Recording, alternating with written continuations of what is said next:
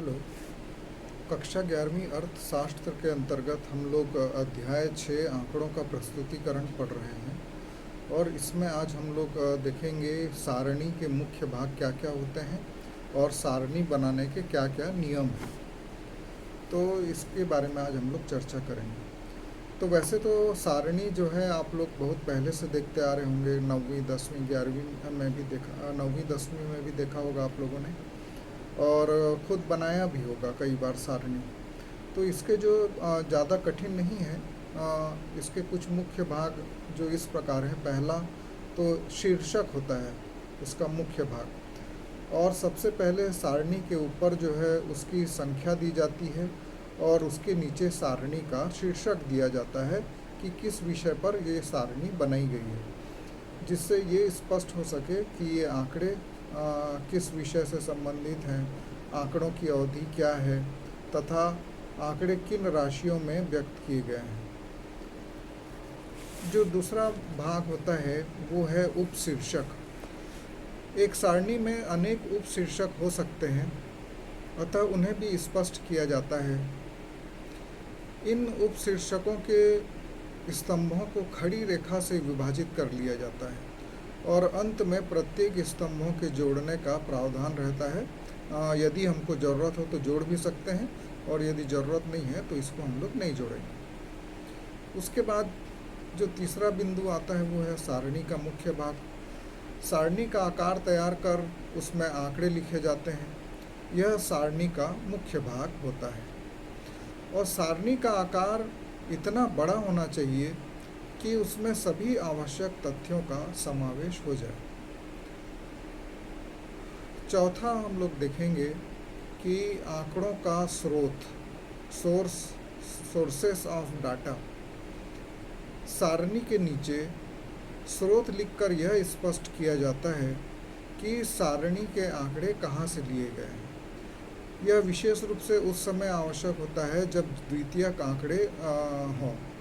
तो जो स्रोत है, यदि आपने किसी मैगज़ीन से लिया है तो उसका नाम लिख देते हैं, किसी पुस्तक से लिया है तो उसका नाम लिख देते हैं, या किसी सरकारी संस्था के प्रकाशन से लिया है या अंतर्राष्ट्रीय प्रकाशन से लिया है तो उसका नाम लिख देते हैं ताकि वो विश्वसनीय हो सके। उसके बाद पांचवा बिंदु आता है पाद टिप्पणी, जिसको कि फुट नोट कहते हैं।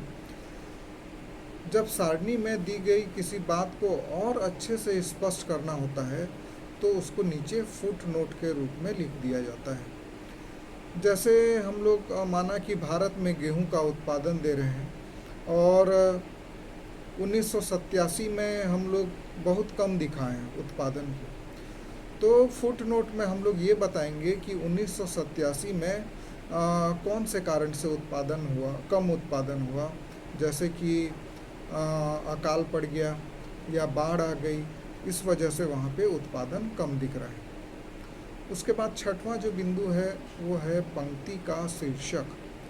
सारणी की प्रत्येक पंक्ति में जो विवरण रहता है उसके बाईं ओर उसका शीर्षक रहता है तथा प्रत्येक पंक्ति में पदों का उल्लेख रहता है। जैसे हम 8वीं पंचवर्षीय योजना में विभिन्न वस्तुओं के उत्पादन का लक्ष्य दे रहे हैं तो प्रत्येक वस्तु का उल्लेख होगा, जैसे कि खाद्यान्न, कोयला, सीमेंट, बिजली आदि। सातवां भाग जो होता है वो है रेखांकन और स्थान छोड़ना। रेखांकन और स्थान छोड़ना भी सारणी का प्रमुख अंग है। उचित स्थान छोड़ने से और उचित रेखांकन करने से सारणी को अधिक आकर्षक और प्रभावशाली बनाया जा सकता है। आंकड़ों को प्रविष्ट करने के पहले रेखाओं से सारणी का एक ढांचा तैयार कर लेना चाहिए ताकि उसमें आवश्यकता अनुसार सुधार किया जा सके। हम लोग भी सारणी बनाते हैं तो पहले उसका खांचा खींच लेते हैं, उसी को ढांचा बोलते हैं, और उसके बाद जैसे ज़रूरत पड़ती है वैसा उसमें हम लोग परिवर्तन करते हैं।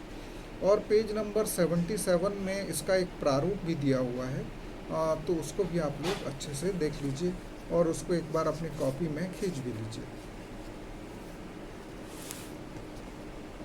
आज हम लोग और देखेंगे सारणी के सामान्य नियम या सारणी की रचना कैसे की जाए। सारणियन के संबंध में कोई निश्चित नियम बनाना कठिन है, क्योंकि ये जो है ना अनुभव पर निर्भर करता है। और इसके संबंध में प्रोफेसर बावले ने भी कहा है, समंग संकलन तथा सारणियन में सामान्य ज्ञान ही प्रमुख आवश्यकता तथा अनुभव ही प्रमुख शिक्षक है। और फिर भी कुछ नियम बनाए गए हैं जिसका हम लोग को सारणी बनाते समय ध्यान रखना चाहिए। जैसा पहला है सारणी की संख्या और शीर्षक। सबसे पहले सारणी की संख्या दी जानी चाहिए और उसके बीचों बीच सारणी का शीर्षक, सबसे ऊपर में सारणी का क्रमांक और उसके नीचे में सारणी का शीर्षक दिया जाना चाहिए, जो कि शीर्षक ऐसा होना चाहिए जो कि संक्षिप्त हो और स्पष्ट होना चाहिए, और यदि आवश्यकता है तो अवधि का भी उल्लेख किया जाना चाहिए। उसके बाद हम देखते हैं कि उपशीर्षक होना चाहिए, जिसको कि कैप्शंस बोलते हैं। सारणी के प्रत्येक खाने में उपशीर्षक दिया जाता है, जिसके नीचे संख्या की इकाई दी जाती है। यदि संख्या बड़ी है तो उसको हजारों में, लाखों में, 10 लाख में या करोड़ों में लिखकर छोटी बना लेते हैं, और नीचे में सिर्फ नंबर डाल देते हैं। जैसे नीचे में 10 लाख लिखना है तो हमको 10 लाख पूरा लिखने की ज़रूरत नहीं है। ऊपर जो उपशीर्षक है उसमें लाखों में ऐसा लिखकर नीचे 10 लिख देंगे तो भी हमारा काम चल जाता है। फिर तीसरा बिंदु है आंकड़ों की तुलना।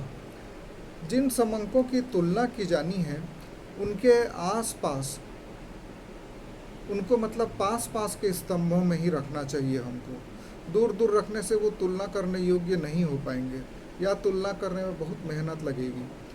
पंक्तियों की तुलना में स्तंभों से तुलना अधिक अच्छी तरह से की जा सकती है। चौथा, अनुपात, प्रतिशत आदि का प्रयोग। यदि सारणी में अनुपात या प्रतिशत का प्रयोग किया जाए तो तुलना सरलता से की जा सकती है। जैसे कि साक्षरता के प्रतिशत को हम लोग दिखा रहे हैं 2 राज्यों में, मध्य प्रदेश और छत्तीसगढ़ में। तो यदि प्रतिशत में दिखा रहे हैं, छत्तीसगढ़ का हम दिखा रहे हैं 70%, मध्य प्रदेश का दिखा रहे हैं 68%, तो दोनों में तुलना की जा सकती है कि छत्तीसगढ़ में ज़्यादा साक्षर है। ये केवल उदाहरण के रूप में बता रहा हूँ मैं। उसके बाद योग। एक सारणी के आंकड़ों के प्रत्येक वर्ग का उपयोग होना चाहिए। जहाँ सारणी में अनेक खाने होते हैं वहाँ योग सामने तथा नीचे दोनों दशाओं में किया जाता है, मतलब वर्टिकल भी और हॉरिजॉन्टल दोनों में योग होना चाहिए। उसके बाद आते हैं पदों का उचित उल्लेख होना चाहिए। सारणी में प्रत्येक पद को उचित महत्व देने के उद्देश्य से उन्हें सही स्थान पर लिखा जाना चाहिए। पाद टिप्पणी, जिसके बारे में पहले भी मैं आपको समझा चुका हूँ कि जब सारणी पूर्ण हो जाए और किसी विषय पर स्पष्टीकरण देने की आवश्यकता हो तो नीचे पाद टिप्पणी लिखकर उसको लिख दिया जाना चाहिए। 8वां, स्रोत, कि ये जो आंकड़े हमको मिले हैं जिसका हम सारणी बना रहे हैं वो हमको कौन से स्रोत से मिले हैं, तो इसका भी उल्लेख नीचे कर दिया जाना चाहिए, ताकि आंकड़ों के संबंध में कोई संदेह न रहे, कोई शक न रहे कि ये मनगढ़ंत आंकड़े हैं। फिर इकाई का मूल्यांकन, इकाई का मूल्य होना चाहिए। आंकड़े को जिस इकाई में व्यक्त किया गया है उसको भी मूल्य जो है शीर्षक के पास लिख देना चाहिए। यदि खाद्यान्न है तो मीट्रिक टन का उपयोग करना चाहिए, कपड़ा है तो मीटर का, और लंबाई ज़्यादा दूरी है तो किलोमीटर का, वज़न है तो किलोग्राम का, ये सारी चीज़ों को लिख देना चाहिए। उसके बाद खानों का रेखांकन। एक सारणी में कितने खाने होने चाहिए यह सूचना के आकार पर निर्भर रहता है। साथ ही उपलब्ध स्थान पर भी सारणी का आकार निर्भर करता है। तो हमको इस प्रकार बनाना चाहिए कि ये आकर्षक लगे। उसके बाद संख्याओं के स्थानीय मान के अनुसार बनाना चाहिए।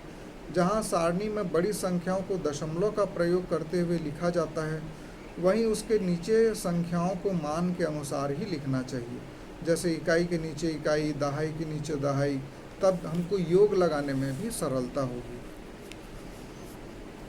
उसके बाद हम लोग देखते हैं कि आकर्षक स्वरूप होना चाहिए। यदि आकर्षक नहीं लगेगा तो रुचि नहीं ले पाएंगे जो उसको देखने वाले हैं, तो वो थोड़ा आकर्षक बनाना चाहिए। कॉलम के नंबरों का भी उल्लेख होना चाहिए। यदि संभव हो तो सभी कॉलमों को नीचे क्रम से 1, 2, 3 आदि नंबर डालना चाहिए और विशेष परिस्थिति में आवश्यक जानकारी देना चाहिए।